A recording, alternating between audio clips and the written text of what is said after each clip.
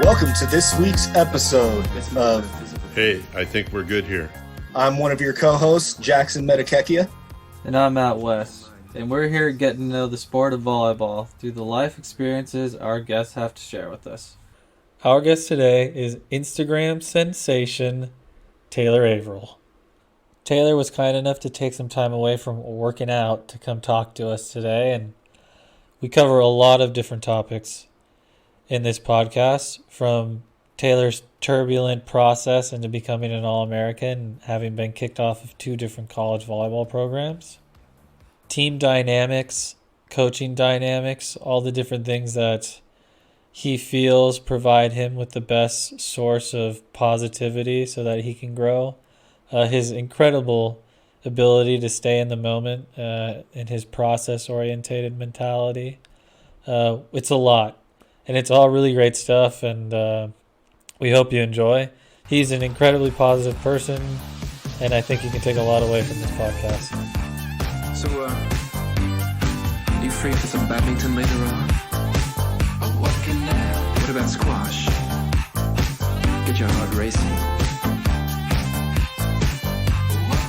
A little too intense. Yeah, boy. What about some yoga? What's up, buddy? Dude, what is good? How are you? Are you stretching, or are you just staying in a yoga? I'm just chilling. This is my, haven't gotten a rug yet, so I just sit on this mat, and I just finished eating dinner. I made breakfast burritos. Sick. Oh, dude, sorry, my lighting in here is so bad. Check this out. This is the fucking lighting I'm using right now, just to make this really professional. I just got this lamp like tilted over to make it look like mildly decent, and it's still fucking garbage, so I apologize. It's okay. The lighting's only for us because we only use the audio file anyways. Oh, you only use the audio? Yeah. Oh, well, that's great. Now I'll turn my lights on again. Anyways, welcome to the podcast, homie. Sick, dude. Yeah, I'm stoked to be here. I'll be completely honest. I'll be honest. I haven't listened to it yet. I'm gonna have to catch up a little bit. That's all good. You're perfect for it. That's what I mean. I reached out to you a while ago about it because I was like, oh man, Taylor would fit into this mold of being a storytelling phenomenon for us. And then you reached out and he said, hey, can I get on your podcast? I was like, yeah, for sure, dude. Yeah, man. I just said like, you wanted to first of all, tell I your appreciate story. you. Yeah, for sure. I'm stoked that you were like, yeah, I'm down, because I'm trying to do a little more of like a social media push, kind of, but we can get into that later of why like I'm kind of changed what I'm doing with my time, honestly. That's great. Taylor, I don't know you at all, man. So can you give me a little background on kind of where you're from, who you are, how'd you get started in volleyball? Yeah, I grew up in San Jose and started playing volleyball when I was like 15, played soccer my whole life, started playing when I was like 15 at just a local public school called Branham High School, and then joined the club team and just like really fell in love with the sport, and dude, played literally everywhere I could with like people at churches, community centers, like 13-year-old girls, 65-year-old men, just loved it. That's back in the days where like 2 or 3 times a week, local communities and local towns would have like community center, like Camden Community Center would have like 6 to 8 on Tuesday nights. You could go just like pick up volleyball. Yeah. And so I just like all the little areas around me, I just went and played as much as I could and fell in love with it. And that kind of took me into the journey of being like, oh man, and I'm also tall. This could probably work out. With that being said, I mean, I was not like a naturally gifted athlete in terms of like jumping well. And I mean, I was a big guy, obviously, a lot bigger than kids my age, but not really a natural athlete, natural jumper. And then went to college at UC Irvine, got recruited to go play there by John Spraw, and then got in trouble, got kicked off the team there. Went to Hawaii, got in trouble, got kicked off the team there, got back on the team, and then really changed my life. Then I just happened to meet like all these people lined up, where I met this guy named Daniel Marchong who had a really unique way of training, really unorthodox style, and like reinvented my body. Met with this guy, Milan Zarkovic, who's a Serbian coach who had a really unorthodox style of volleyball specific training, a much more European style. And really, he's created his own style, I think, of training that I just fell in love with, which was really more of like chaotic, make the practice and training more difficult than the game. So the game feels like it's slower than in reality. And so I just like all these things lined up, and ended up being like 2-time All-American. I started as a setter opposite, and then got moved as punishment to being a middle, and then played well 1 year and got stuck there. And that's where we are now. That's like a really soft graze over all the things that happened in my life. But yeah, for sure. That's, now we're here. And this is my 6th year overseas. I played 3 years in Italy, then 2 years ago in Chaumont, then I had in France. Then I tore my knee. I was supposed to go to Poland, but I tore my patella tendon and had to get surgery, and didn't play last year. This is kind of my comeback from surgery year, and things have been great. So very nice. Yeah. Let us not disparage your volleyball skill and acumen when you were a kid either. We were at holiday camp together. So if you're invited to holiday camp, you're like one of the top 30 kids in the country at what you do. And you went as a setter / opposite / outside / libero / everything. So that's just skill. Definitely not true. But but you had skill. So yeah, I mean, it's not 100%. Like you were just like, oh, I didn't have a lot. I worked really hard, and like I wasn't a good athlete. You were a good volleyball player. I remember specifically thinking he can do every skill. It's just which one is he going to pick down the road? Well, first of all, that's very sweet of you. So thank you for saying that. I mean, dude, I agree and disagree. I agree with you in the sense that I was able to play all the positions. The hard part was I didn't feel like I was elite enough at any of those positions to play at the highest level until like I became 17, 18. And again, I mean, you're right. I'm putting myself in the box of, you were on the youth junior national team. I never made it there. You know what I mean? You were on the training team. You were on the 19. It's just the guys that made it before you, because you were playing opposite.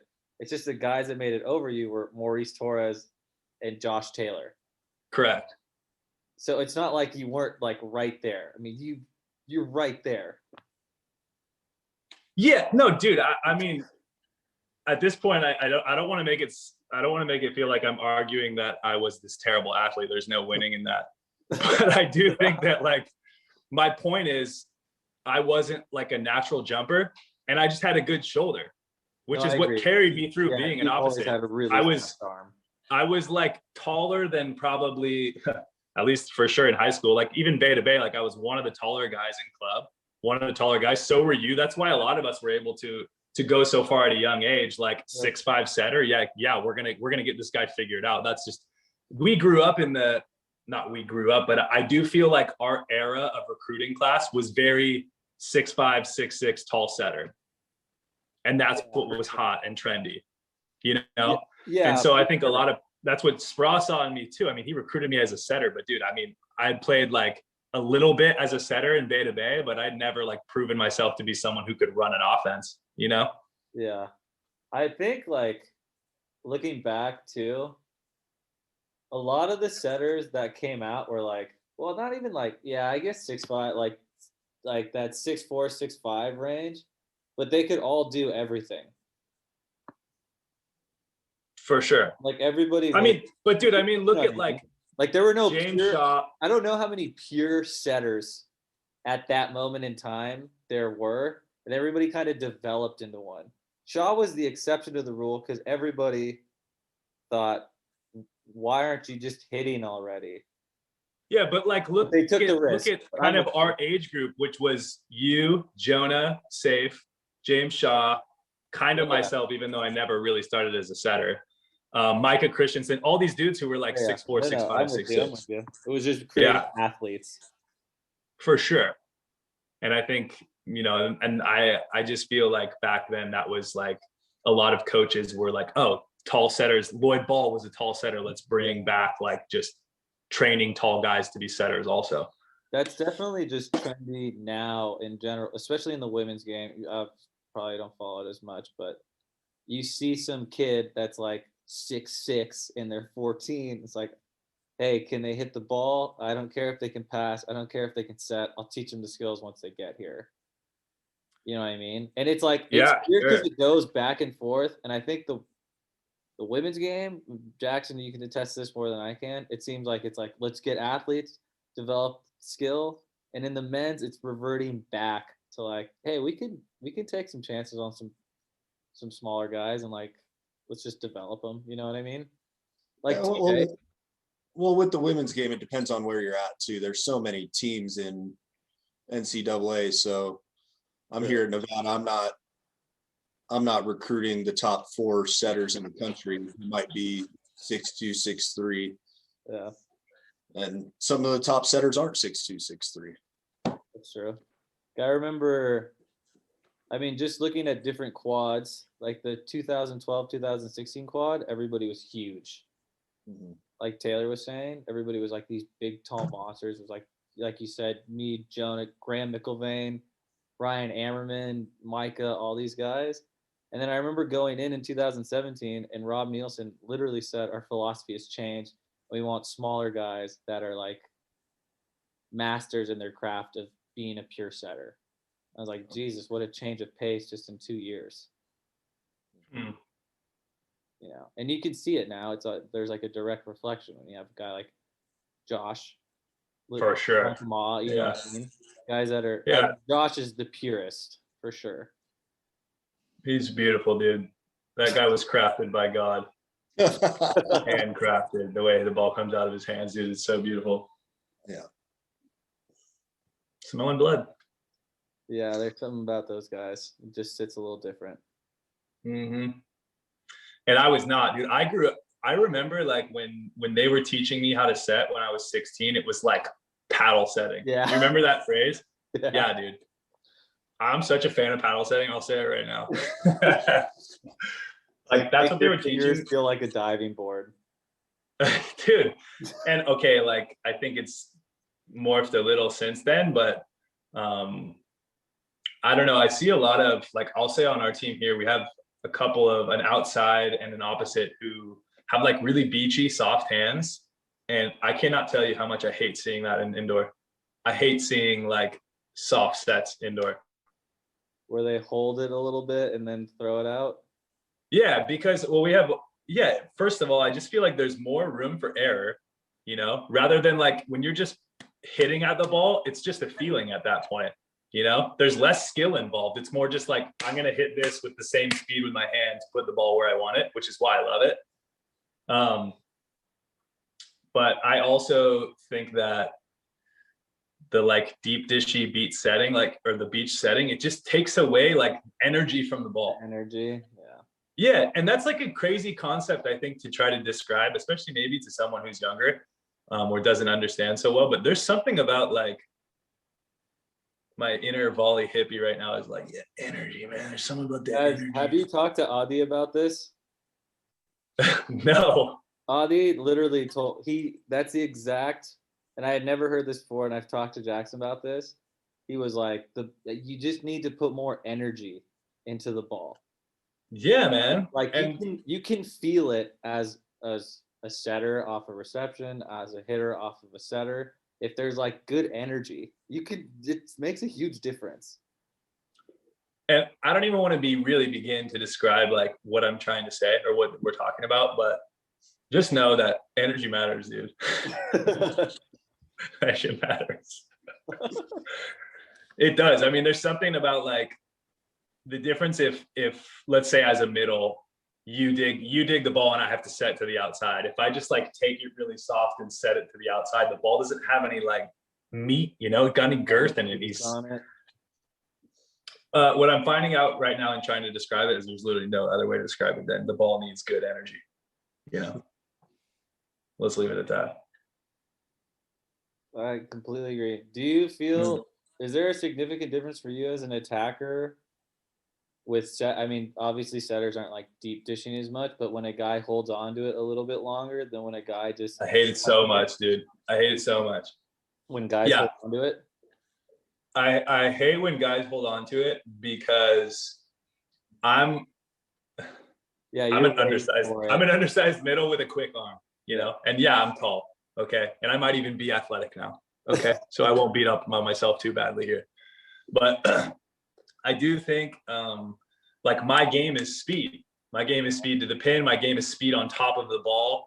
And so when a setter brings it down, and the setter we have now, Danilo Jelinski, Brazilian guy, he's great. But when we first started playing together at the beginning of the year, sometimes he liked to bring the ball down low, especially when he was off the net, or just in general, he like would bring the ball down a little bit, and it just completely threw off my rhythm. And it was the same idea, like him quickly releasing it out of his hands gave the ball that extra little bit of energy for me to quickly get on top of it, you know? Yeah. That's why, honestly, a guy like you is perfect. Doesn't jump super high when he's setting. It's literally like I can just hit it like a tee off your hands. Whereas, like, I remember when I was with James Shaw in Padova, my second year in Italy. Push it down to you. Dude, it was the most. I love you, James, but it was so hard to hit off of, you know, because the guy jumps so high that when I'm jumping up to see the ball, to see his hands, my peripheral vision is worthless. I'm just looking into the sky, you know? Yeah. And there's something that's why, honestly, I like smaller setters, or if they're a big guy, if they don't jump too high, because if I can see the ball coming from a lower point, my peripheral vision can do so much more. I can see where the other middle's body is more. I can see like maybe where their hands are going. There's just so many more cues I can pick up on, rather than a tall setter who takes the ball so high where now I lose half of my peripheral vision just looking at the ball, you know? No, it makes sense. I talked to Micah Christensen about this, and he was saying, because I asked him, I said, I was like, I don't want to say like you're not as aggressive as you used to be, because you're for sure, the mentality is for sure you're still aggressive. But the way that you're moving to the ball is not nearly as aggressive as it once was when, like 4 years ago, when you were like flying through balls, you know? And I said, is it in part because of experience and you're just attempting to slow the game down a little bit more for your attackers? Or is it like injury, or what is it? Like, is it physicality? And he said, it's like, it's a little bit of everything. And it's an attempt to slow the game down a little bit so everybody has a chance to adapt. And it's that same thing that you're talking about. Like, if you take it so high every time, like that window just shrunk. Mm-hmm. You know what I mean? And I've thought about this, and I've talked to other setters about this, and hitters.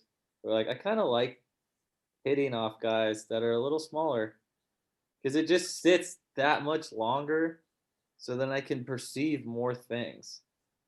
For sure. And again, that's like what's the word? What's the phrase I'm looking for? Catch-22, double-edged sword. I don't know which one, but there's a phrase here that I would say before I say this. The other thing to think about is there's also like the combination of, you can see more from a lower point, but also a guy like you specifically, I can get off of so much faster, like in transition, or even just in general, like good pass scenarios along the net. I can get on top of the ball so quick, dude. And so I don't know, on one hand, I like completely agree. And on the other hand, it's like, really what we're trying to craft here is like, what's the perfect height for a setter? You know, like what's the perfect height? To me, perfect height is like 6. Dude, honestly, I think this is where Micah does so well. He's like 6'5", maybe even 6'4". But he can play like he's 6'9", and he can play like he's 6 foot. But he plays like he's 6'9", and he plays like he's 6 foot 100%, dude. Yeah. That's a great way to describe it. I completely agree. Yeah. So, I mean, that's something to think about just for setters in general, you know? And also, I mean, that rhythm it's not just for the middles. It's also like that rhythm changes a lot for pin hitters as well. A guy like James, it's like the ball now loses a ton of arc because he's catching it from such a high point, you know? Mm-hmm. And sure. I don't know how that changes that swing for them that much, but I'm sure it does. But I've also heard guys, I remember talking to Jayski about this, and he wants a ball on a line. So the higher you take it for him and you can just put it on that line, it helps him, because that's just the type of ball that he wants. Or some guys want it to sit. Yeah. Everyone's so different, you know? I agree. I love that. You can't win them Oh, all. for sure. I mean, dude, Jeschke also plays like at such a high. He jumps really well as well, you know? Yeah, true. So, but yeah, that's interesting. What are you going to do? Got to figure it out.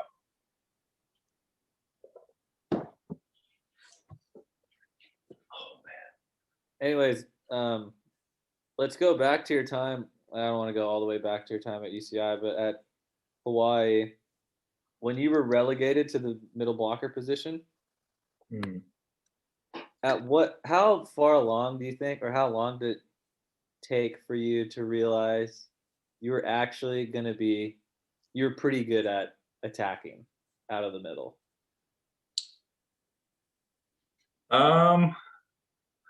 Well, I'll say this. It took me like a year to just not want to throw a fit for having to play in the middle. I bought in obviously because I'd been, kicked off the team at Irvine and then kicked off the team again at Hawaii. And that was like, dude, I'll never forget, like, having conversations with Jeff Hall talking about going to Canada, like having to play at McMaster or something, just like crying, like, oh my God, dude, it's like, this is over for me, I'm such a bitch, dude. There's no way I'm shooting knuckle pucks in negative 10-degree weather, dude. There's just no way. And so I think, at that moment, it was like, go all in. And once they did get let back on the team and they said, all right, but the constituent here is that you have to play in the middle. I was like, absolutely middle, like whatever. I would have shagged balls. I would have just like been the water boy, didn't care. But internally I was like, middle, like I don't want to play in the middle. Like, no. And I think this is going to sound crazy, but once I was kind of like, all right, I don't have a choice. It's not like you can be like, hey coach, what do you think? Like, okay, this year middle, next year setter. Is like, I already ruined all the like second, third chances I could possibly get. It was like, all right, you want to play volleyball at all, you play in the middle. So once I kind of like, it probably took me after that first season because, I had shoulder surgery and came back, and then that would be like January was basically when I was healthy enough to play anyways. So that first year was just like, let's just see what happens. I had this huge advantage of like, never played middle, so you can't get like upset at me if I don't do something right. I don't know what I'm doing here. Yep. So like most situations like that, I had a huge advantage. And then I realized like, dude, the guys I'm playing against are just tall dorks. I mean that with like the most love possible, but realistically, a lot of middles are just like Bambies. Oh, they're big dumb animals. And so when I was like, oh man, my biggest advantage is, while I may not be 7 feet tall, like my biggest advantage is I can do all the skills. And while they were a lot bigger, I was like, but I can be faster than all of them because that I'm a smaller guy, I can be fast. And so when I realized that like I didn't need to be a super, super tall guy to be successful in the middle, and that it actually worked out to be and even now, like it's my biggest advantage, and I would say like after that first year of, I think I made like honorable mention or something, All-American team. And I was like, oh, wow, like this is sick, dude. Like, let's keep getting in better shape. And if I could jump a little higher and be a little faster, like who knows what kind of doors that would open. And then after that summer with working with this guy, Daniel, with Mar Training, it like changed my life, and was like, that's when it really opened the doors for me athletically, where then all of a sudden I was like, oh man, I have my shoulders back at really good health. So now I have like my range back, and now I'm hitting from more of the middle of the court, which just made me feel like I could hit wherever I wanted. Yeah. So, playing the left side growing up, playing the right side, playing a setter, I just felt like all those little pieces that now have helped me so much have, I think, boosted my learning curve for their position, I think, was from playing all the other positions, Sure. And, yeah. No, I was going to say, could you give us, because Josh Taylor used them, the Crabs use them, Triborn uses them, Could you, Costi obviously, Costi works for him, right? For March. Daniel works in China with the China, right, Chinese with the women's national national team. team. Could you Yeah. give us a little insight about his training? Because it's not that it's unorthodox. It's a little different, but it definitely works. It's a little orthodox. Well, dude, I will say, to me, it was very unorthodox. Like, you know, in the university system, from my experience and from what I had asked other teammates from other not clubs, from other schools, it was pretty standard, like Olympic style lifting, you know, squatting, bench, like whatever. We don't need to go into it, like, but just how you would picture your basic weights program for people who maybe have never done weights before. And when I was lucky enough to get introduced to Daniel, he worked with the women's basketball team at the time. And I was introduced to him through Ryan Leung. Okay. And this guy, Kainoa Mitchell, who, Ryan was an opposite baller. And they had worked with him when they were kids. And I was there for the summer, that following summer, because I was rehabbing my shoulder. And so he was in the gym all the time. And like, we got to know each other a little bit. And then I saw some of the stuff he was doing lifting wise, and it just looked like something I'd never seen. His style of training, you're right. It's not like he completely reinvented the squat, but just his methodology for training was a style that I'd never seen. And a part of his stuff too was this concept loosely of training. I really don't want to screw this up, but like training the nervous system to like training your fast twitch, training at the speed of sport or faster, was a part of what he was doing that I had never seen.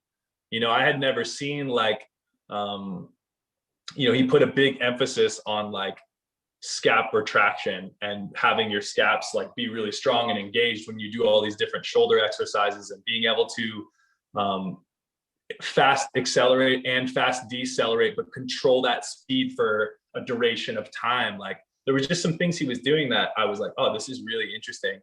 And I was lucky enough to get to work with him for free. Dude, that guy worked with me for free for 3 years, completely reinvented me as an athlete, like completely reinvented me. And I'll be forever grateful for knowing him, like truly. And I joke all the time, but like, I owe that guy my career. I mean, he was there for me when I got kicked off the team and still would work with me.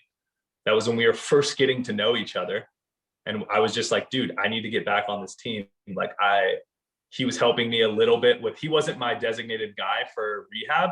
I was allowed. So when I was let go from the team, I was allowed to use like the facilities. I just couldn't show up to practice basically to rehab my shoulder. And so he was in the gym, even though he wasn't my designated guy.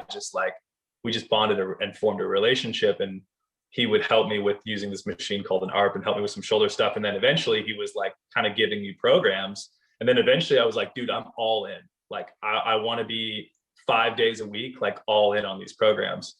And that guy wrote me programs for 3 years, a new program every week, like personalized for free. I just can't even believe it. And within the first 6 months, dude, I'd lost 15 pounds.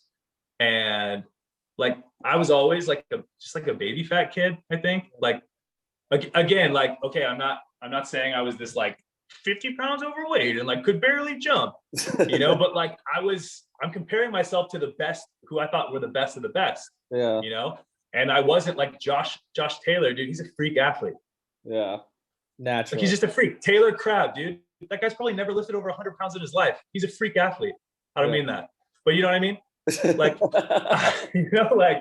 like Ben Pash is a great example. Yeah. He's one of my best friends. Innately. Innately. He doesn't need to lift a weight ever again in his life, and he'll always have a 40-inch vertical. And I just wasn't one of those guys. Yeah. And so when I finished working with Daniel after that first 6 months, and like my face was skinny and I was like feeling springy and light and fast. And then following the next year, so I had that first little bit, and then after which would have been my sophomore year, leading into my junior year, I stayed again in Hawaii for the summer, and we went hard. And I mean, like, wake up, work out with him for like 3 hours, go with the boys and like go to Sandy's and get pitted and do all sorts of fun stuff, and come home. But do that like all throughout the summer, every day, like 5-6 times a week. And dude, if you want to see like being dedicated to like your health and being fit and like taking shit serious, like, dude, it gets me super juiced to talk about, because it's just, I don't know, man. It's just, for me, like, it literally changed my life. And that's why now I'm so into some fitness stuff. And I've developed not my own method, but I've learned from some other unique minds along the way to kind of put together my own program by myself now. But man, to me, it's like, you can be built. Like, you don't have to be born good at volleyball. You don't have to be like, it's not just because you're born tall that you can succeed or whatever. It's like, man, you can really rebuild yourself. And the great part is now there's so many resources for kids and for adults or whoever wants to rebuild themselves. And it's literally as simple as like, put in the work and really go all in, and like, you can become whatever you want. And I hate saying that, it sounds so cliche, but it's just so true, you know? And yeah. And so to answer your question, that's what he's about. And I fucking love that dude, man. He really did change, in my opinion, the trajectory the trajectory I was on as an athlete. And I think it gave me the boost to then be jumping close to, 36 plus inches my junior, senior year. I was the lightest I'd ever been, and I've kind of found my balance now, but like, so light, so springy, and just moving and seeing the game in such a way that I'd never had before. But I put in that following junior, senior year, it was like, wake up, 6:30 weights, 6:30 to 8. We had weights as a team. I'd go directly for there. He worked as in the gym. So I'd go directly to see him at the time from, 8:30 to 11, work with him for another 2.5 hours. So like, lifting for me was 6:30 to 11:30, sometimes 12. Like, I was just so all in, you couldn't even imagine. I like, looking back on it now, it's like, I probably overtrained for sure, for sure. But when you're, 19, 20, 21, like, you don't recognize that you're overtraining, really. You're just like, and if you love it, you love it. And dude, ain't that the truth? Like, that's when I look back, it's like, not only did I love it, I also had like no choice, like, man, having conversations with my parents multiple times, telling them that like, I'm not playing volleyball anymore. Like, dude, that was tough. And to get to that point in my life where I was like, man, it's no longer like, I made a mistake, I'll just try to kind of just morph what I really want to do and make it all work and have my cake and eat it too. It was just like, this is literally it. And I said that to myself already once before, Yeah. So like, that amount of drive it forced me to have was like, you're gonna love it. You don't have a choice anymore. You're gonna love it. And it just so happened that I really did. I really did love the process. And to me, I didn't love it until I started seeing like changes in my body, changes in like being able to jump, 3, 4, 5, 6 inches higher. And now being like, oh shit, this is actually now making me a better volleyball player. I'm now able to see what the future could look like, and once you get just a taste of that, like just a dribble of that milk from the teat, you're just all in. So athletes are happiest when they're getting better. Dude, that's for sure. But I was going to ask, I mean, you kind of answered it just through story, but I was going to ask, what provided you with the confidence to reach that next step? But I mean, I think you just answered it with just 4.5 hours every morning with Mar, or with the team / Mar, and you just felt results. Like, I feel better. I probably look better. Like, I look at myself, and that's also part of it, dude, is like seeing yourself in the mirror and you're like, I am reaping the benefits of this shit. I look better. I feel better. Dude, and when you live in Hawaii, you're shirtless more than you're wearing a shirt. I would shop and get my groceries at Safeway near my house, shirtless, no shoes, just 40s. I'm not kidding. Dude, that was just like, that was my favorite part about living there. But for sure, I mean, as someone who, again, like, I'm my harshest critic, but like, as someone who had like just a little bit of belly fat, little baby fat, and was just kind of always like not really defined, like not really big, or didn't feel necessarily really strong, other than just being naturally like a tall guy. Yeah, you start to build some momentum, and you start to be like, oh shit, I can see 6 abs. Oh shit, I can see 8 abs. I didn't even know that doesn't make sense. I thought it was 6-pack. It's 8-pack actually, maybe even more, maybe 10. you know? But you start seeing a little definition, you start jumping higher. And I'm telling you, after that first summer, it was like, how could I not love this? I wake up, I train for 5 hours. And then once I did that, I felt so physically exhausted. It was like the best feeling ever, you know? Being like so physically exhausted and being like, man, I just did like a huge thing and exerted so much energy. The rest of the day, I can just go enjoy being, you know, a kid. When you're 19, you're a kid, you know, and just go surf and hang out and like do whatever. I was living in Hawaii. I had the best time of my life back then.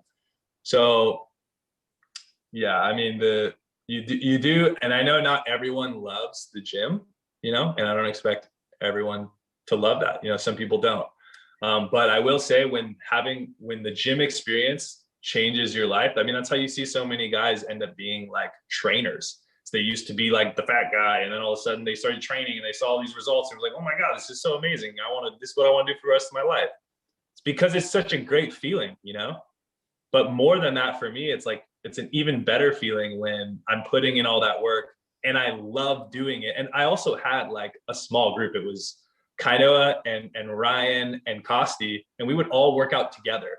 So when you have just like a little unit of boys who are like, just like talking some shit and having fun and pushing each other and putting in a ton of work and then going and like surfing together and whatever, it just like, that's the best life you could possibly want for me, you know? Sure. I mean, dude, those are the best times. So it made it really easy to, let's say, like buy in and put in the work. By your senior year, you've established yourself as a premier middle blocker in the country. Did you start to feel more stress and pressure as a volleyball player going into your senior year to perform at an elite, not that you didn't already put pressure on yourself, but from external pressure to perform at a higher level because you had established yourself and you had done all the right things and you're going in an upward trajectory to be like the best middle? Or was it purely intrinsic motivation that you wanted to be the best? Wow, that's a great question. Man, I think really and I kind of mentioned this before, like I just really, really, really, and even to this day, love the process of being a better volleyball player. I just love it. I love being in the gym for much longer than I should. Now it's a little different in the volleyball gym. I'm like trying not to waste jumps. You know, things change when you get a little older. But I will say, like, I just love that process. So to me, it wasn't about like, okay, we succeeded. Like now we just got to keep pushing and succeed. We got to be the best middle again next year or whatever. It was literally just like, you can't stop me from doing this. Like, I love this so much. And I think when you really, really love something and I was also surrounded by like incredible teammates and incredible, like Milan Zarkovic, who's the assistant coach now at Hawaii. That guy is the best coach that exists on this planet. And his style of training, like, dude, you are so lucky if you get to work with that guy. And again, I think he just teaches and delivers the game in a way that, like, I don't know. I just really feel like the idea of, oh, I need to perform because I need to, like, those aren't even things you think about. Like, we showed up and every day was a little bit different. And so when you're like so excited to show up into the practice gym and like do different things and learn new skills, and he just made that gym so much fun that translated into the game, where no longer are we thinking about like, oh, we could be number one in the country, or this pressure to beat this guy, or this pressure to be better than this guy. Like, I just loved putting in the work. And like, yeah, there did get to a moment where I knew that I was like the top guy for middle blocker. And yeah, I think I'd be lying if I didn't say a part of me didn't know that and wasn't like, I'm going to fuck up everyone who comes my way.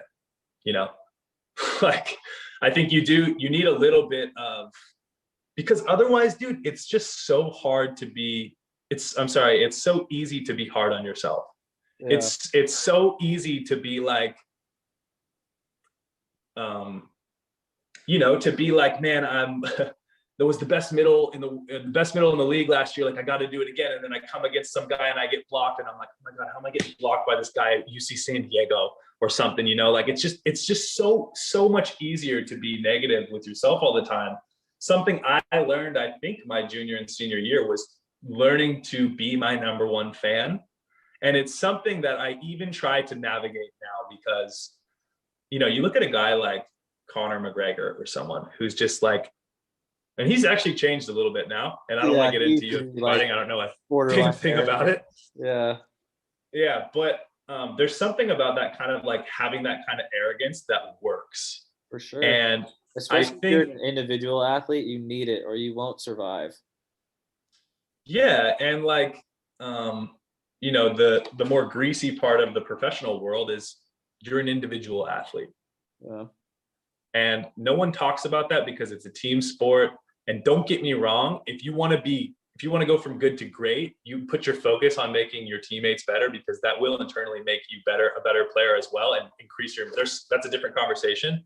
But for this conversation, like, dude, you need to be, to some degree, like, making sure you're your number one fan. And I'm not saying you should go around like being cocky and talking shit across the net every single thing that happens, but mentally I err towards, like, if that's what you feel you need to succeed, like, lean into it, because it's just too easy to go the other way. It's too easy to have missed the first serve, go back and think, man, I got to put this one in. Like, I can't miss. Then you miss 2 serves in a row. That third serve, I 1,000% guarantee you're thinking about putting the ball in. Yeah. And you need to create an environment where you stay tactical and you're focusing on, like, all right, this is what I need to do now. So if you need to be like, I'm going to fucking ace this dude. If you need to like trick yourself into being that guy, and you can do that without being like externally too cocky, I think that is one formula to succeed. And it's a formula that it seems a lot of like high elite level athletes across the world of sports seem to have. And I think a part of that is in turn because people are really competitive, for sure. But also it's like a bit of a survival skill. I mean, dude, when I'm playing against players like Projaskinen or Lisanach or these guys who are like big dudes, it's so easy to be like, oh my God, I'm going to get buried by this monster, Yeah. And I have to try really hard to be like, there's a lot of things I guess we need to say, but like mentally that I'm just like in that zone of just like, dude, literally no one can touch me. And it's not that, like, when the game is over, it's over. And I'm like I want to be your best friend. And like, I'm a super friendly guy, nor do I think now that I'm on the court being super cocky, but mentally, like, absolutely no one can touch me. And that's just something that a habit that I feel like I can't lose, because especially for me, as you get older, and I mean, I'm out here alone, I don't have, my friends aren't here to support me. Your friends aren't out there, your family's not out there to support you. Like, it's just you.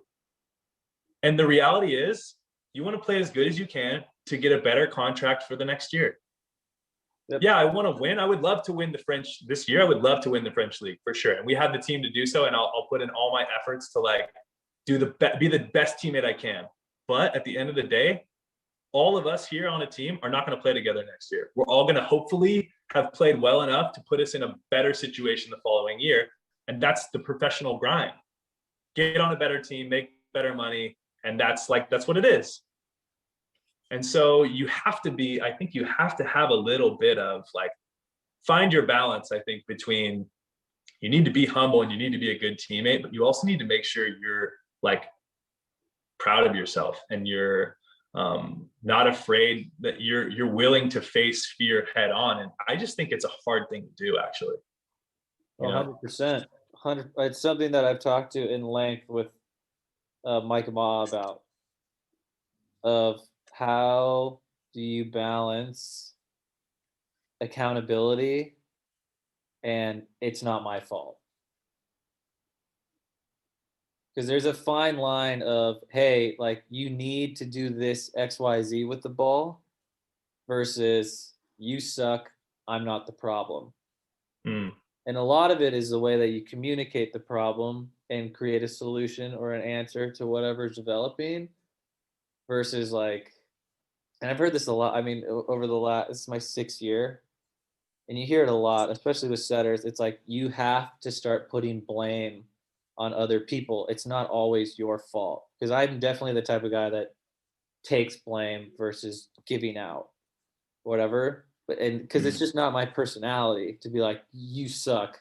But that's not what they're saying. They're just saying like you have to hold people to a higher standard of they can't get blocked or they can't hit out in these certain situations. But then how do you do it? That's the hard part. That's where your personality and your character comes into play with this awkward situation for whoever it is.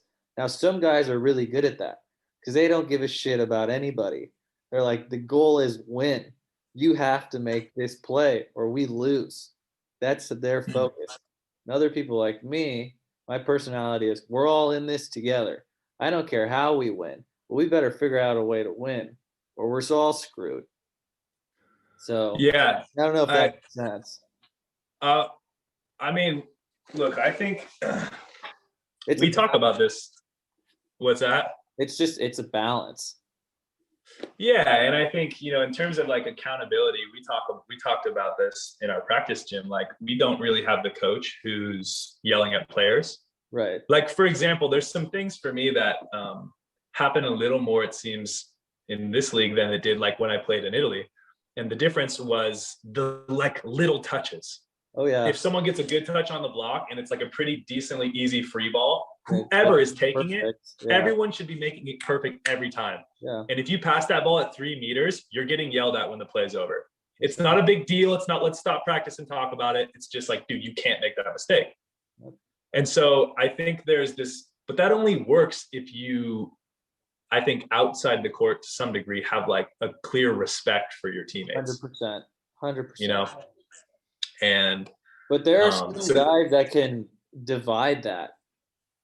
They can be that guy in practice and they can just be on their own, So I think part of it too is I don't know if you have to, I think you have to respect them as an individual, but that doesn't mean you have to have a relationship with them. I agree. But I'm saying if we're talking about like, having it be effective, I think it's more effective when you respect each other. You don't need to be best friends off the court, but there needs to be this general respect that when I yell at you to get that ball, it's not because I think you suck or I hate you. It's because this is the standard that we're setting all together, And you're right. I mean, that is the reality is the practice is over. I say, all right, see you guys later. And I don't talk to anyone until the next day.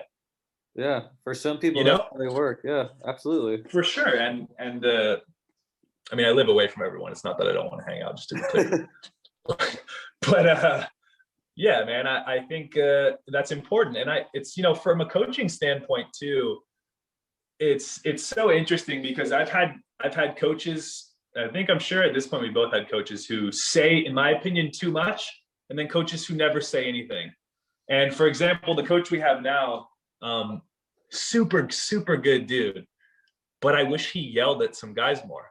Like, there'll be 3, 4, 5 times in a practice where the ball will hit the floor and someone won't be hitting the floor, like a ball that they probably could have got and just were like, ooh, ooh, ooh, and didn't do anything. Like, dude, you need to be yelling at them. And if it happens once, okay, twice, 3 times, like now we're getting to 4 or 5 times. It's clearly a habit. It's not just a one-off mistake. Like, you need to address it. Maybe not yell at them, but you need to address it. And I like a little bit of that, like, firm, like, yo, this is like, you're showing us as a coach that you also think this is where the standard needs to be. It's not like I made one mistake and blocking got used and you're telling me you need to press, like, okay. But if it's a mistake that to me is not a skill, it's just trying. How hard are you engaged in trying in practice? Like, that stuff to me is just unacceptable. And I like when a coach is willing to be like, okay, this is enough. Like, we need to step it up. On the other end, it's like we actually have 2 of those. We have one coach who doesn't say a ton and one coach who thinks he has the answers to everything all the time. So it's like a really funny balance. And this year has really put me like in a position of like, oh, what kind of coach would I be? Not that I want to coach, but like, what do I really like? What do you like, Matt? Do you like a coach who's says too much, or do you like a coach maybe like John who like realistically in games can be more, stoic than just feeling like he needs to express all of his feelings all the time? Jackson and I were just talking about this before you hopped on the podcast. We were discussing how, for me, the most important thing is, and I would rather have an authoritarian figure that says, this is the standard. This is always the standard. This is where we're going to go. I don't care if they're screamers and they talk too much, and I don't care if they talk at all. But if their standard is their standard and that's how they're going to live, that's fine. What bothers me is when a guy's quiet in practice and screams all match. When a guy's, yeah, actually, that's the only thing that bothers me. Because if you scream all match and you're pretty mellow during a game, then you've probably prepared us pretty well. So then if you do scream and you overreact, it's not an overreaction. We're used to that. But when you're quiet all practice and you start screaming during games, for example, in a stressful moment or something, then that to me shows weakness. That means you're not prepared for this moment, if that makes sense. Yeah, so you played in con then, didn't you? Yeah, I did. I'm just curious. Yeah. But no, you know what I mean? I completely agree.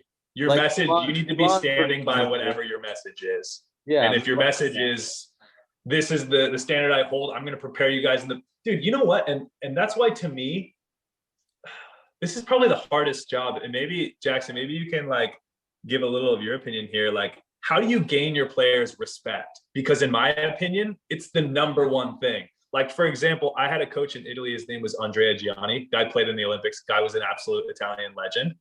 Like, that guy didn't need to do, he held, like, sometimes he yelled, sometimes he was chill. Off the court, he felt like your best friend, which instantly had me buy in. But also it was just like, dude, this dude, I just respected him so much as a player. And then he just seemed like a good dude. Like, he made me want to give 100% every practice. Like, I would have felt bad if I played at 50% during a practice for whatever reason. And so I'm curious, because we have thousands of coaches in the US. Not every coach gets to play on the Olympic team or gets to play overseas professionally for, 3, 4, 5, 6 years. And I don't know what your career story was like, but I am curious how you think, like, how do you gain the respect of your players? Yeah, I'm definitely not throwing my playing resume out there. No, I think one of my strengths is like the off the court stuff. For sure. Like, if they come into the office, it's not always like, oh, you screwed this up or you need to be doing this better. It's like, let's hang out a little bit. What kind of music do you want me to put on? Whatever it is, or if we're out to dinner or in the vans traveling or whatever. But to gain respect, I think, number one, they need to know you care about them for sure as a person. And I think that's where the off the court stuff comes in. And number two, what I'm really finding these last 3-4 years when I've been getting more in the women's game is they really have to know you're credible, and my credibility doesn't come from, hey, I sat on the USA team, or I didn't even play pro. My credibility comes from me studying, me talking to people like you, me watching volleyball, me talking volleyball, and I just share things that I learned with them. Like this conversation has been really insightful. Just the way you you reinvented yourself, you said, and the way you kind of approach things as a professional athlete now. These are definitely things I'm going to be sharing with some of the players I have. And dude, it's so interesting because I appreciate you sharing that, first of all. And I think what's interesting for me is, and I'm just saying this to be like so honest with you, like, I always had a hard time taking information from coaches who didn't play. Yeah. And that's partly why I ask is I wonder, like, okay, guys who didn't play professionally or didn't play on the national team, like, I'm just telling you as a player I'm just trying to be really honest. Like, no, go for it. It's when a younger, and this is not me now at all, 29 now, but like a younger version of me, an 18, 19, 20-year-old version of me, if you didn't play or I didn't buy in, I just didn't really buy into like that I should really take information from you, it was like I wrote you off. And Yeah, that's how I absolutely. was, for example, that's how I was with Charlie Wade when I first entered the program, is I was like, dude, you never played volleyball? And he would tell me, I remember specifically my freshman year, we were the worst team in school history. By the way, we were fucking dead awful. We all had facial hair and long hair, and they hated it. Everyone hated us. Anyways, he was like, we butted heads a lot because he would always be like, hey, I want you to static block. And I was like, I'm not a natural jumper. I need to swing block to even get like my top of my head at the top of the net. Like, I just need it. And I remember being like, in my head, being like, what do you know? Like, what are you gonna tell me about volleyball, dude? And that's something that I think as a player, you don't understand the value in coaches who maybe didn't play, but who have conversations like this, who have studied the game. And as I've gotten older, it's something I've tried to be like, man, I can learn something from everyone. Like, your specific perspective is so unique and so different than Matt Furbringer or somebody, you know, or, you know, and so I just think like, that's why I'm genuinely curious, like what that, because you navigating how to coach compared to like, if Matt decides to be like a head coach somewhere one day, like they're going to be two different routes. And so I'm just so curious, like, what does that look like for you? And so I appreciate you answering a little bit of like, kind of what that is, but. Yeah, for sure. And dude, as a player, when I was in college, I was the same way. Like, and it evolves over time. Like, oh, my coach was an All-American in college. Okay, he probably knows a little something. Oh, now I get to the next level. Oh, my coach was a professional athlete. Okay, now I need to take something from him. Oh, my coach only played junior college. What does he know? You know what I mean? So I totally understand what you're saying. I think getting older as a coach too, that is like an insecurity that has left me. It was definitely an insecurity when I was younger and starting out, especially with the guys.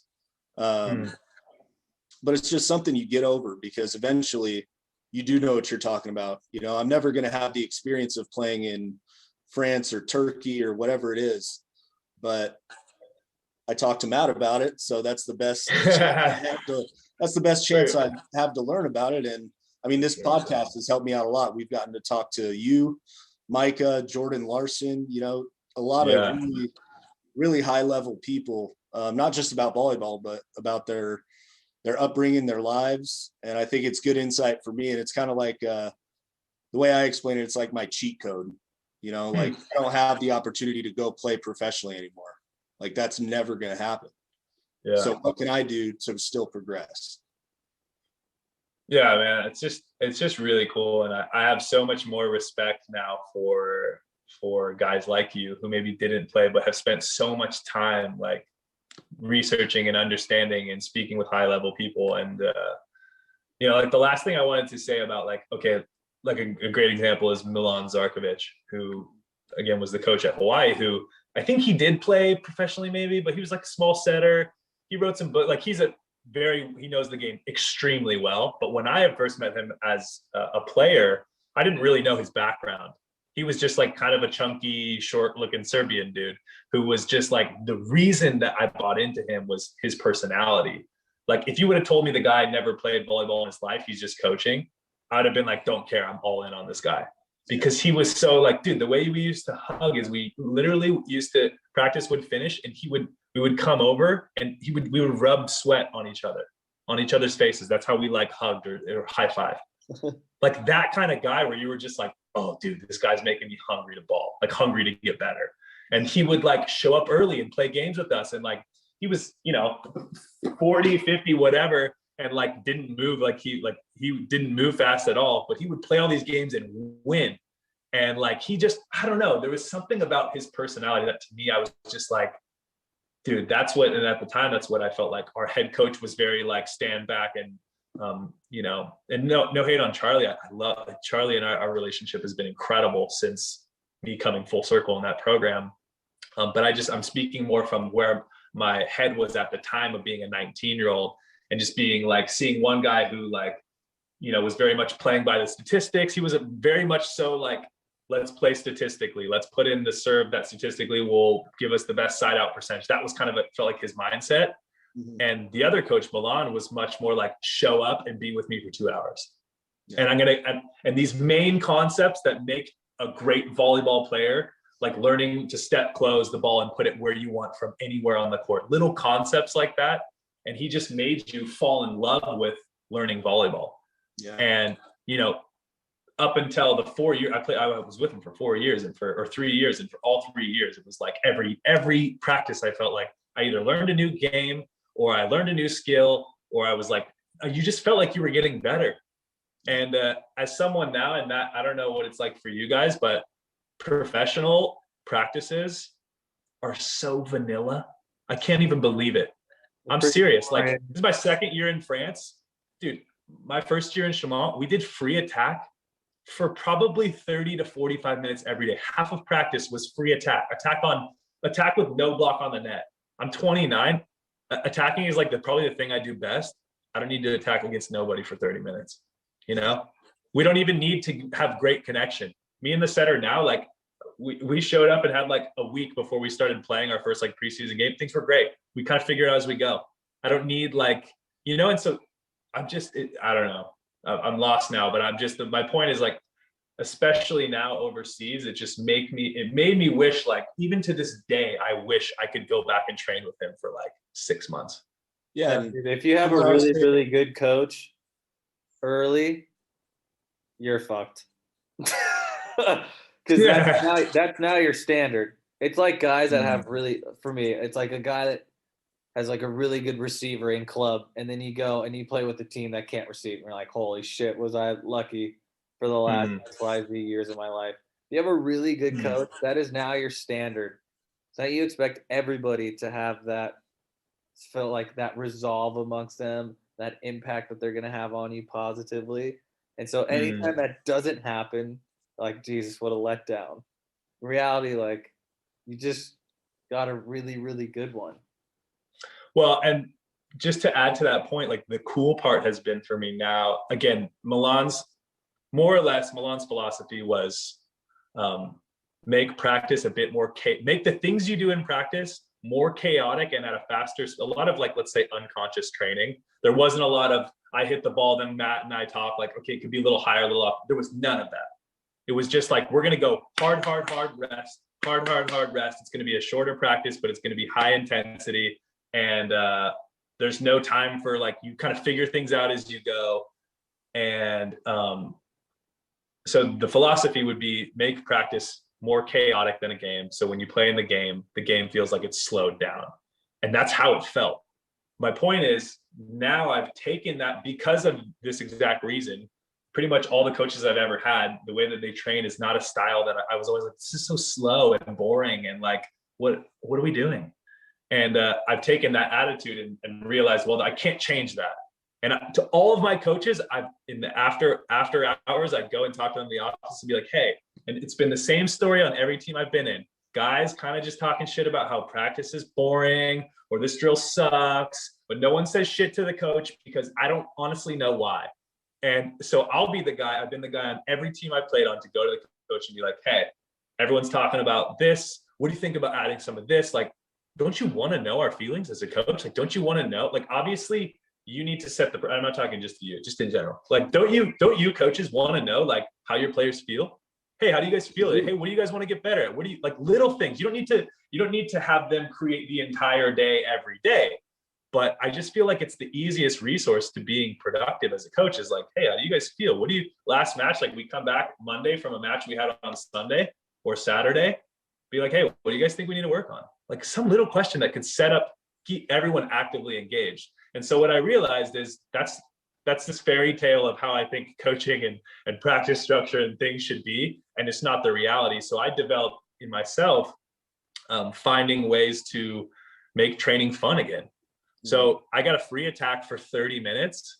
I'm going to spend half of that time transitioning. I'm going to spend 5 of those minutes doing experimental routes where I say I'm hitting a one ball, but I'm kind of like playing around with how I'm moving or trying to recreate a situation that's like hardest to score in as a middle, or like, I've taken that philosophy from him. And I love you, Milan, from this guy. And like, it's now a part of like how I train, understanding I can't control the structure of practice. This is just the type of player and philosophy that I believe in. And so I'm going to find a way now to control what I can control. And that has been like a godsend for me. You know, if we do serve and pass for 45 minutes, I'll serve from every different inch of the court, and like just finding little ways to make things fun. And yeah. And fun keeps you focused too. You know, if things are boring, you're gonna be thinking about it's boring. If you're coming up with new challenges for yourself, like what if I take my approach parallel to the net and then try to hit back that way? Like For sure. That's just fun, and that keeps you engaged. You know what I mean? And to your point of asking the athletes what they want to do, you know, obviously we have the big picture in mind as coaches, but maybe there's some stuff we're missing. You know, maybe like I'm not realizing, oh, when she transitions this way and this happens, we're not converting. But I guarantee you that player understands where she's messing it up or what situation it is, you know? So I think there's a ton of value in player feedback. Sorry. I could probably use it better, to your point of coaches are trying to structure everything and make it go perfectly. But yeah, I think there's a ton of value in it. Yeah, and this is really quickly. This is no. Sorry, go ahead, Taylor. No, I was just gonna say this is no hate on coach. I get that sometimes. Like I'm not, you know, a lot of the coaches, whether I thought they were good or bad, had the proper things to say, and I just like at the time wasn't able to. The point I'm making is, I am as a player now who's getting older, starting to understand like what it might be like to be a coach. And what I've understood is like players don't understand what it's like to coach at all. You know, it's this hilarious dynamic. And then to the opposite point of that, every team I've ever been on, they're talking shit about how this drill sucks, or there's this huge disconnect. And I've never understood why more, and again, I don't know your coaching style. This is not about you personally, but I've never understood why more coaches don't try to interact and get that feedback of like, man, if every day for months players are talking about how they hate this drill that we do every day, it's maybe worth mixing it up at that point, you know? Absolutely. And every team I've ever been on, there's a disconnect. What do you think, Matt? Do you have the same understanding or feeling? Yeah, and I got so lucky with Marv would have me. I was in the office. So like you are with lifting, I would go up to Marv's office every day for 4 years and watch 2 to 3 hours of film. That was my life. So I had this little not a laptop. I had a little desktop. It was right outside of his office. I would sit there and just watch coded volleyball because volumetrics didn't exist. So I just got lucky and I could go through the archives and watch all this stuff. And Marv was great. And he would ask us at least once a week to like the starting six. He would ask each one of us, like, what do you think we need more of or less of? That was it. That was his little question. What do you think we need more of or less of? And I'd say, yeah, I think I need to serve more. I think we're not so good in transition, whatever, blah, blah, blah, blah. And he talked to all of us, meet.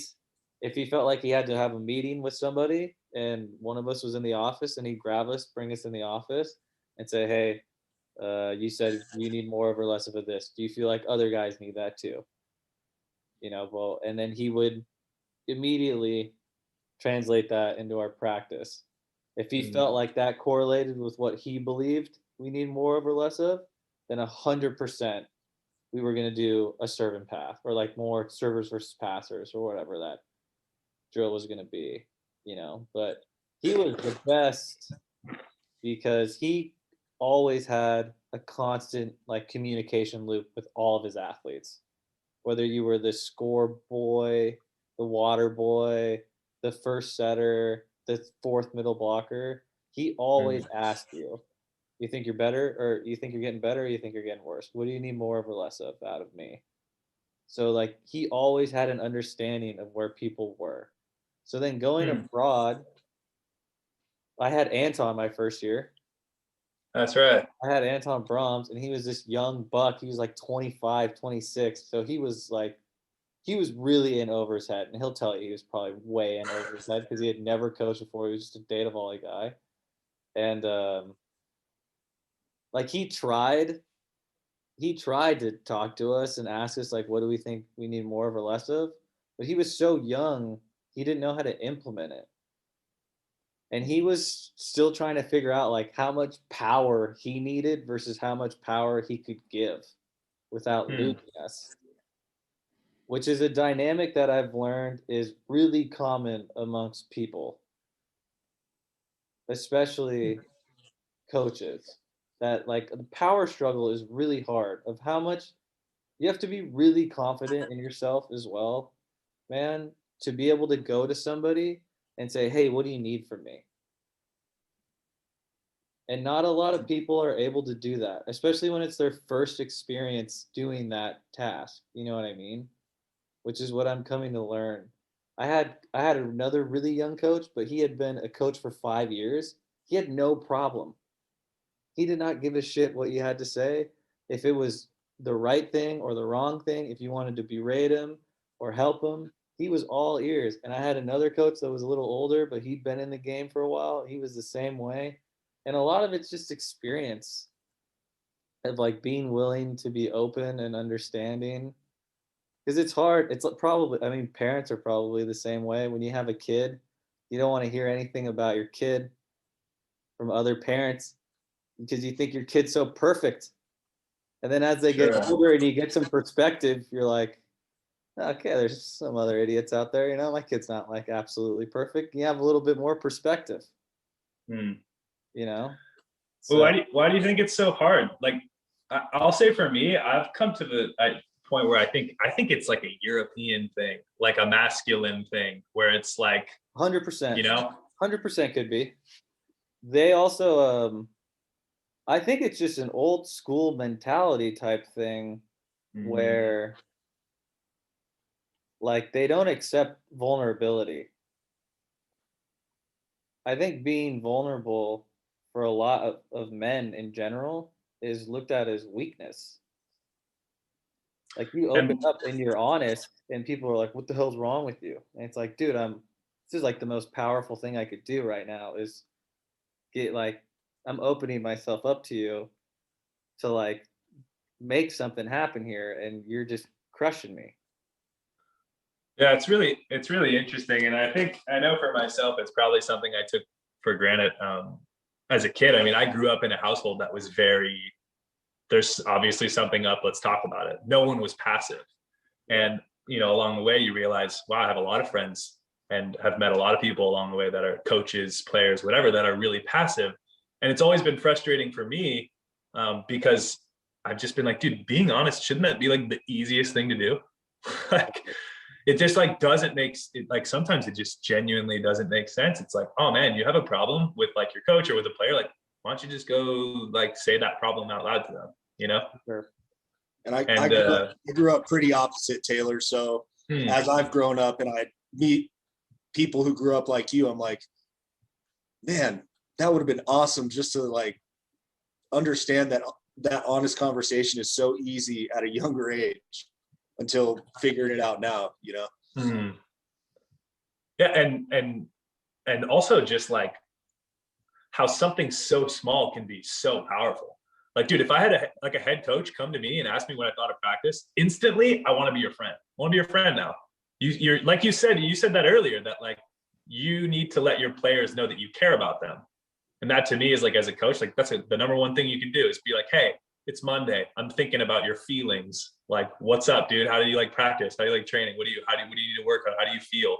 Like and it's so cool to hear, like with your experience, Matt, that you had a coach who, yeah, you didn't need to have like an hour-long conversation, but just a quick question, let you know how you feel, want to know how you feel, asking everyone, like those little things make a huge difference and from my perspective, you know. What else is a big one is when coaches call it, when they're like, you guys look like shit. I don't know what's wrong. I don't really care. Practice is over. Dude, when you have a coach that can acknowledge your team's atmosphere, that also is really meaningful because that means they're in tune. When you have guys that go too long or they cut it too short, you know, like when there's that happy medium of like, hey, practice is so good right now. It's about to go bad. Just end it. End it so then everybody goes out on top. And if guys want to get extra, let them get extra. And they'll feel even better, you know? But it's when but that letting it go too long can hurt because you remember these really, really, really good moments. and then all of a sudden it goes to shit. So then you walk out of there feeling like, man, that just really went to shit all of a sudden. And if you end it too early, then it's like, hey, we still got a little bit more before we even hit like our peak for the day. And so understanding the team and that atmosphere too, for me, means a lot, because it means you're dialed in, just like the rest of us are.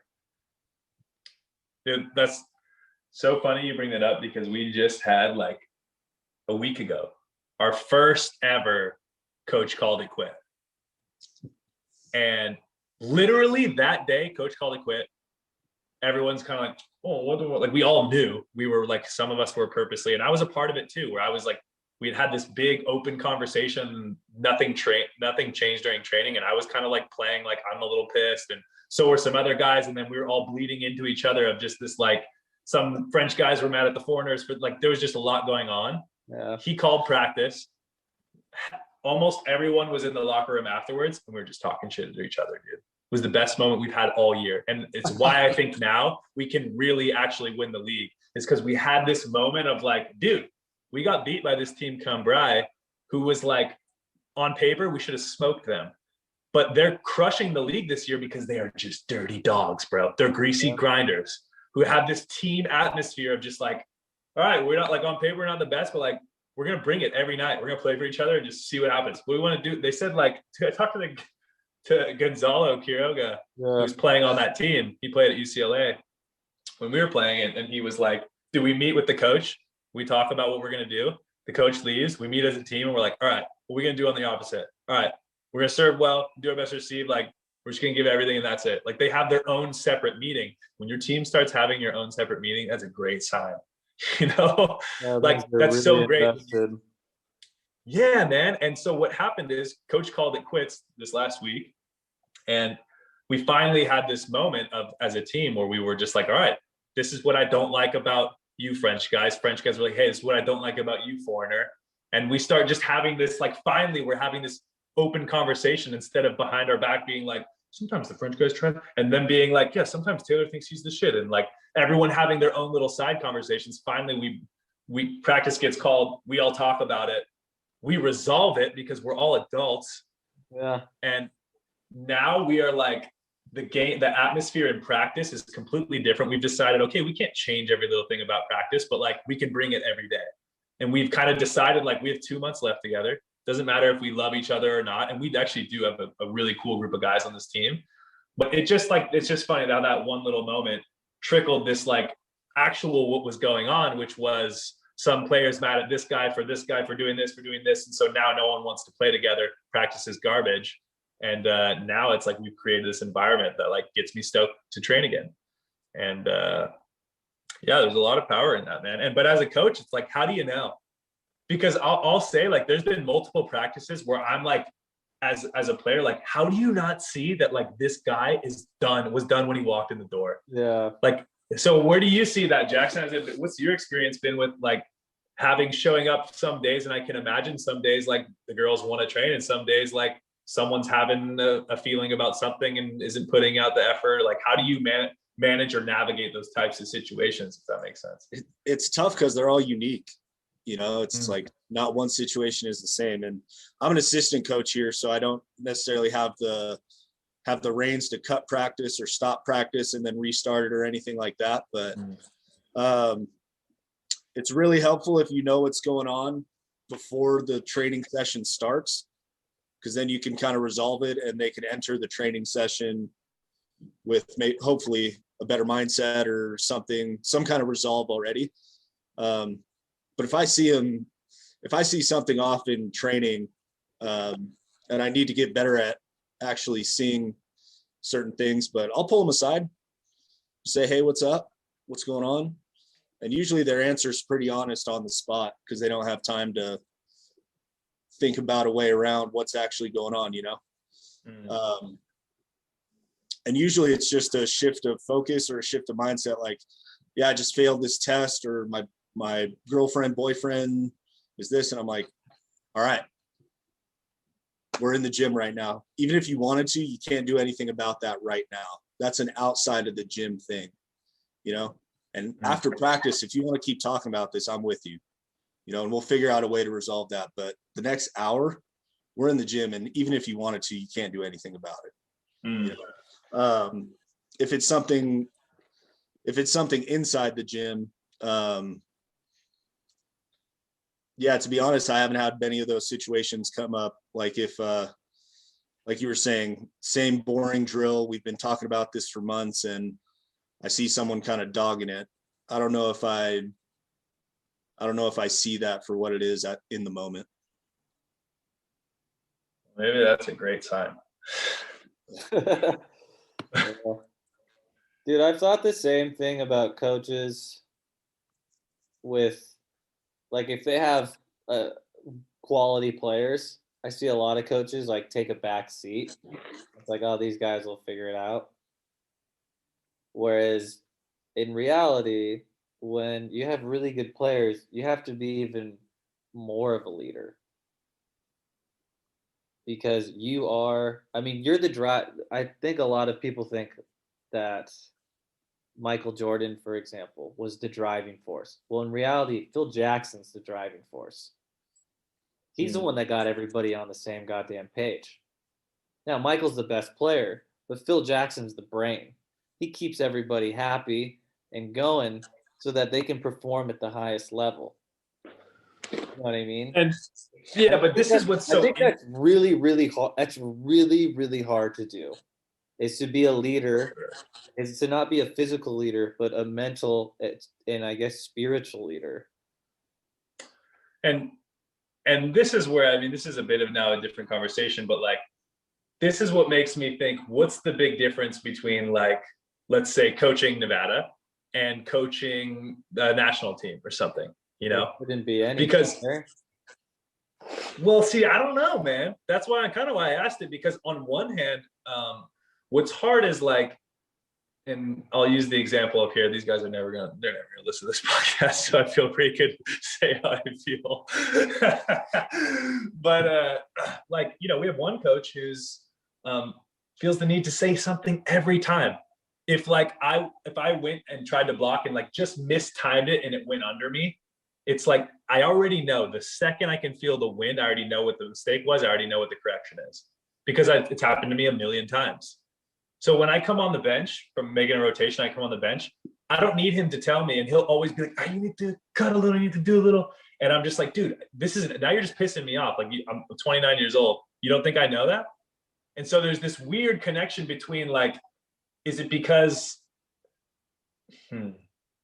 I always say, like, what's it like coaching someone like LeBron? Like, no one's telling Kobe to, like, you need to take the ball from here when you're shooting, or you need to, like, like, how do you coach a guy like that? Because like in Nevada or like in college, there's so much more that you as a college athlete are not aware of that you're doing, but when you're playing, when you're 29, 30, guy like Max Holt, David Smith, like, dude, I don't know if you coach them the same as if you coach a college team or a club team, or like, obviously not, but do you get what I'm saying? Like, I don't know if it's different.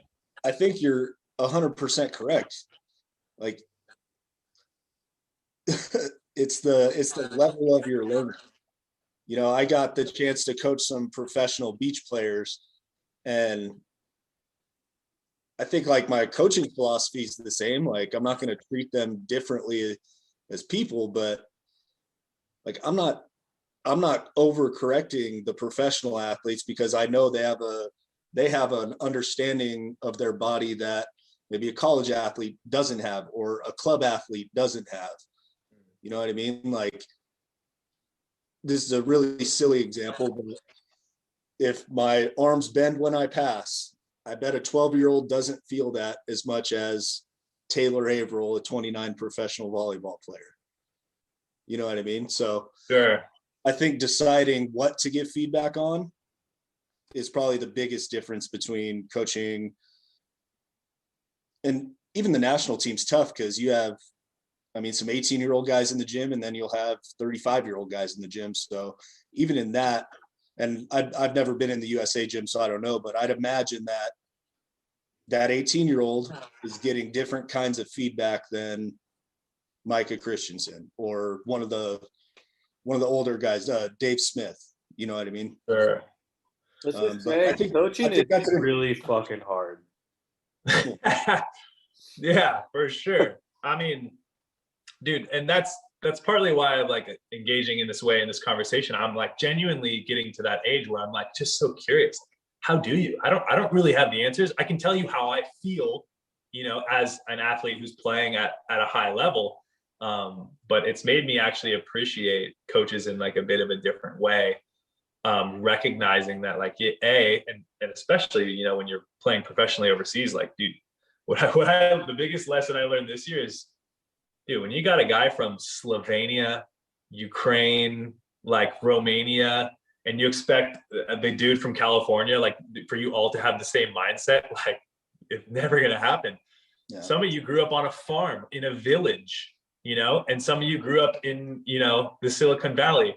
And so it's just like everyone comes from such a different lifestyle, and trying to find a way to be to provide the tools to glue that group together is like, I mean, for guys like who coach professionally and even for college, like every year you get a new group to some degree, and it's just so interesting.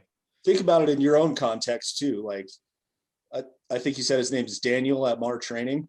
Mm-hmm. I bet the way he coached you your first month in his gym was a lot different than 2.5, 3 years later, because you had a better understanding of the program. You had a better understanding of how to train. So it evolves over time, I guess is what I'm saying. Sure. Yeah. And the question then is like, how does that evolve when you have a new group of players every year? Because that's the thing, like our relationship evolved because it was him and I, but like, it's more of like, because really coaching is like, in my opinion, like you're the guide for the players, and you're there to help navigate them on their own journey. And I just think that like, maybe it's like that's what changes a bit, like how you approach things, because next year your seniors graduate, you get a new group of freshmen, it's a completely new team. So it can't be the same personal relationship. So maybe like, where do you think a lot of the real progress comes in terms of coaching? What do you think, Matt? Dude, that's culture, baby. Hmm. That's where culture comes in. Like you have an established culture, then that does all the work for you. Like guys will tell the guys on your team, the players will tell you everything you need to know. And that guy is just the coach, or the female, whoever it is she just embodies, or he embodies that culture. Right. And 100%. So I think that's where culture definitely comes in. That should provide a lot of the answers for you. Yeah. And I think that, to your point, Taylor, I think that provides like the common stuff within that group of people. The common way we train, the common goal that we have, whatever it is. But to your point, personalities are different. And our juniors are now maybe a little bit different people because they have a year of life experience under their belt. So they might be a little bit different. So there are going to be some common things that hopefully carry on from year to year. But I think you're right. And that's the challenge, is it's different people at different times in their life with different things going on from different places. And how do we continue those common themes with this different group of people? And I don't have all the answers, but I really like the way you framed it. Well, Matt, and to like respond to you also, buddy, like I think you hit it on the head. Like culture is literally everything. When you talk of the way you talk about Marv, to me, it's like that's a culture he created. John talks all the time about. Notice Jamont, you know exactly what you're getting from Silvano. Exactly. Sure. You know exactly what you're going to get from that guy, because everybody knows what you're going to get from Silvano. Sure. You know what I mean? He has established exactly who he is and what you're going to get from that guy. And every year in Chamont what kind of team they're going to get. You don't even have to look at their roster. You can already make predictions of what they're going to get, where they're going to stand, all this stuff, because Silvano that well.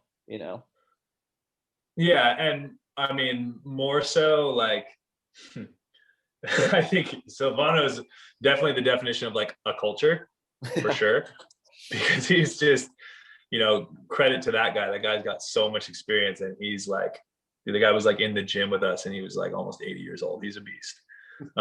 But I think more so to me, I would love to see more like, not progressive culture, but this is not a political part of the podcast, but like in terms of volleyball, like that's when I look back on my experience with Milan in Hawaii, like that's what he did. He created a culture of dudes who were just like hungry to learn and play, like, and like what you said earlier, Jackson, like games are fun. And the other thing is like, even for guys like Matt and I, guys who are like almost 30 years old, I still want to have fun.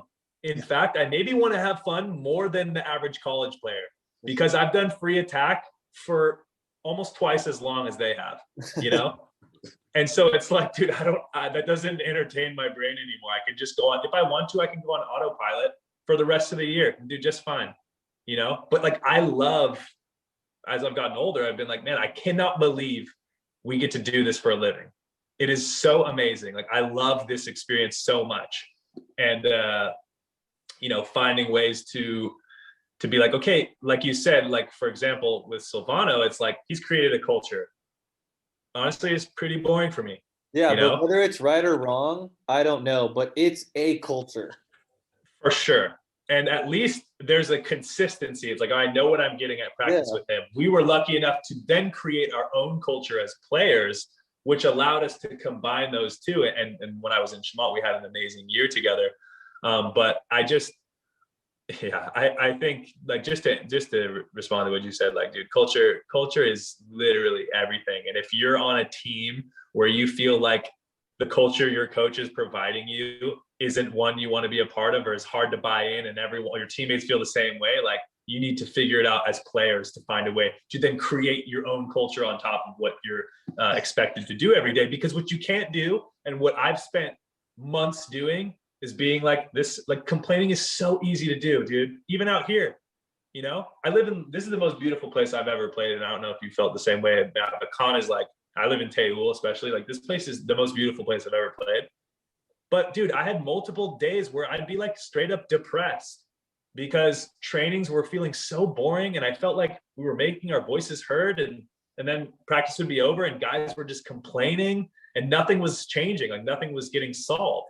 We didn't take it up, but we didn't take ownership as individual players to be like, dude, you know what? I don't want to complain every day. I want to be like, let's decide as players then, if practice isn't going to change, we've expressed how we feel, like, let's put the pressure on each other to like show up and push each other. Like, it took us literally until a week ago to be like, hey, we should probably stop bitching about practice as of via the last 5 months. We should probably like actually make moves to make this enjoyable again. And can be really hard to do, if you're like an individual player who's like, I don't fit in, or I don't buy in, or whatever, it's like, to some degree, like, you need to buy in, I felt that way with, like, when I went to Hawaii, I didn't buy in with Charlie when I first met him. We butted heads like crazy, which is partly why he probably let me go from the team. We didn't connect very well. And it took me a little bit to be like, you know what? If I want to enjoy my experience, I have to buy in. Now, once I buy in, like, I have options as a player. What kind of things can I choose to work on my own if I feel like my practice isn't being tailored towards what I want to work on? Or there's other ways to push yourself, but as players, like, you have to take ownership for your reality, and you have to be like, man, I don't like practice, but like, if I don't buy into it, I'm going to be miserable. And that's what I experienced even this year. Dude, this is my 6th year overseas. And it's like I'm learning a lesson I already knew in like college. I'm learning it all over again. Like, every day you have to wake up and make a choice. You show up to practice, you start getting a feeling like, all right, we're going to do the same thing we've done the last 5 months. We're going to do free attack. We're going to do a little servers passers. We're going to play some 6-on-6 with no score. That was most of our practices. And I was like, this sucks. Why can't we compete? Let's have a score. Like, why can't we mix up the hitting drill? Like, mix up the warm-up drill. And I brought my concerns to the coach, and there was nothing we could do. And finally just being like, dude, I'm not going to let this like make my life miserable, make me want to maybe quit playing volleyball because of something that can't change. And thankfully we had an experience recently where we all as a team were like, let's just decide to buy in. Let's just decide to like push each other as players. And like, it made the world's difference, Do you feel like that's sustainable? What I know is sustainable is the ability to make a choice as an individual. And if you as an individual, as a unit, do you feel like it's sustainable for all of you guys to feel that way? Or is that the great question at hand? well, I think it's tough. Like, you want to believe that it can be sustainable, because I want to believe that the guys who are here are professionals and want to get better. The reality is, some of them I think are pretty content and complacent. And so there, to some degree, it's like you can't change everyone, but what you can do, and what I've even noticed, because there's been days I show up and like I can get away with scoring at 80%, jumping 50% and trying 50%, because it's practice. I just can. And when I see a guy who doesn't play in the game and he's pushing really hard, and he like maybe says something to me because he's clearly is just like, dude, you're not giving everything, you know, it makes me think. And now I'm completely lost at what I was saying. So No, but you're saying what you do know is it's sustainable to make that individual choice. Yeah, exactly. And I just feel like, you know, as much as I would hope that everyone can sustain for and now we're talking about 2 months, can everyone sustain that moment we had last week and be like, hey, we all decided in this moment that we were going to take the next 2 months and give everything we had, no matter what. We were going to try not to complain about all the little details of practice fits the way we want it or not, and just buy in and just do what we can to push each other out of respect for each other as individuals. Do I hope that can last? Yes. Do I think it will? I really don't know. But what I do know is, because I've been affected by this, if I'm not really trying and the guy next to me is like clearly pushing, it'll make me be like, who do I think I am? Yeah. Like, or for me, it's like, I'm not letting our third middle crush me like this in practice. I don't care where we are. Like, it's the competitor in me that's just like, there's no way, you know?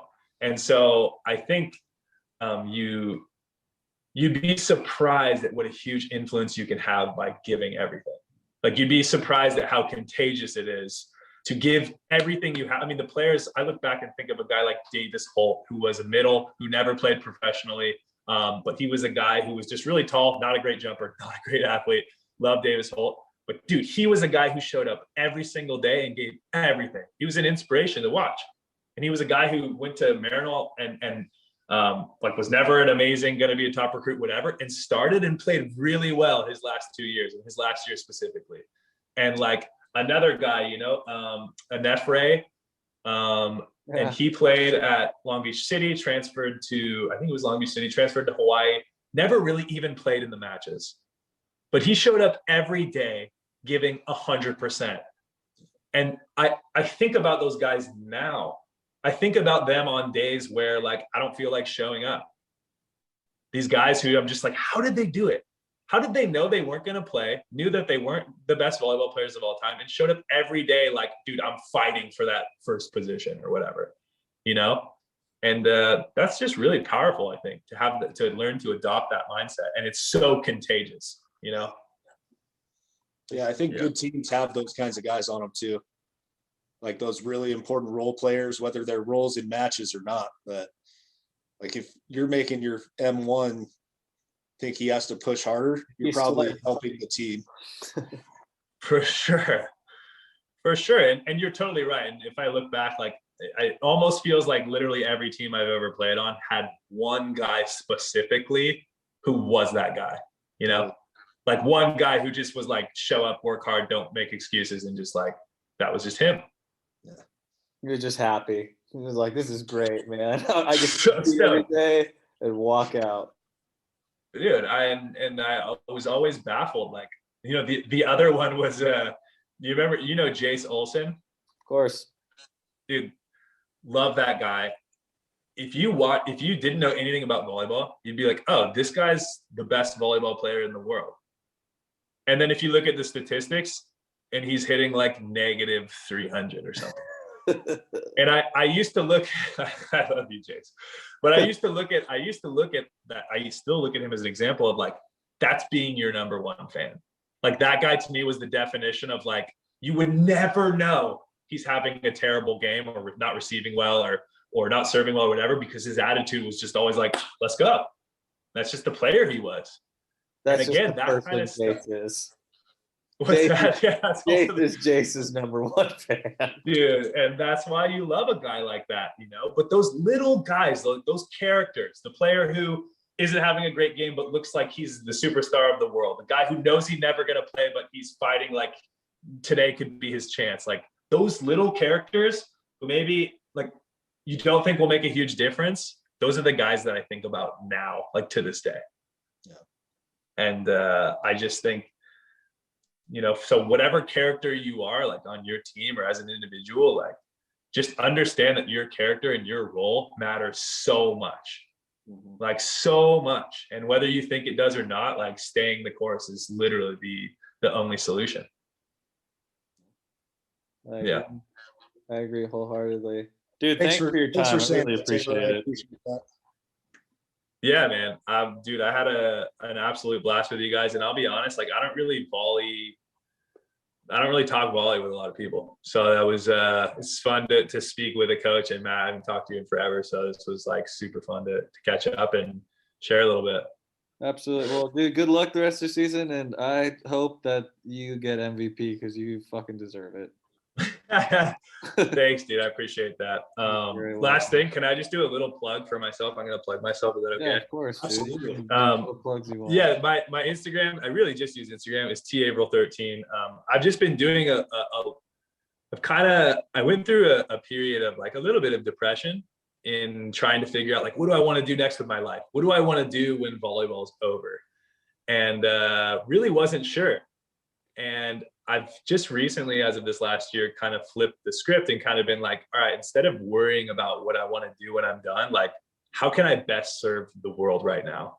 And so I'm really going out of my way to give back to the volleyball community. So if you guys have any further questions or want to reach out, I'm going to respond to you, because I really do want to leave a bit of an impact on a community that really gave me so much. And so, yeah, I don't know. I don't want that to be corny, or I didn't mean to plug for no reason. I really am trying to hold myself accountable to do something good for the volleyball community.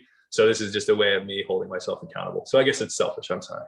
Yeah, that's great. We'll follow you. Word. Yeah, and then we'll put up your handle on the website and the Instagram posts and all that stuff, so people can reach out to you. Cool, man. Yes, sir. Well, man, Taylor, have a good night. Thank you again, man. Yeah, buddy. Love you. This was great. Let's catch up again soon. For sure. Absolutely. All right, buddy. Jackson, nice to meet you, brother. Nice to meet you too, dude. All right, man. Later. Peace, boys.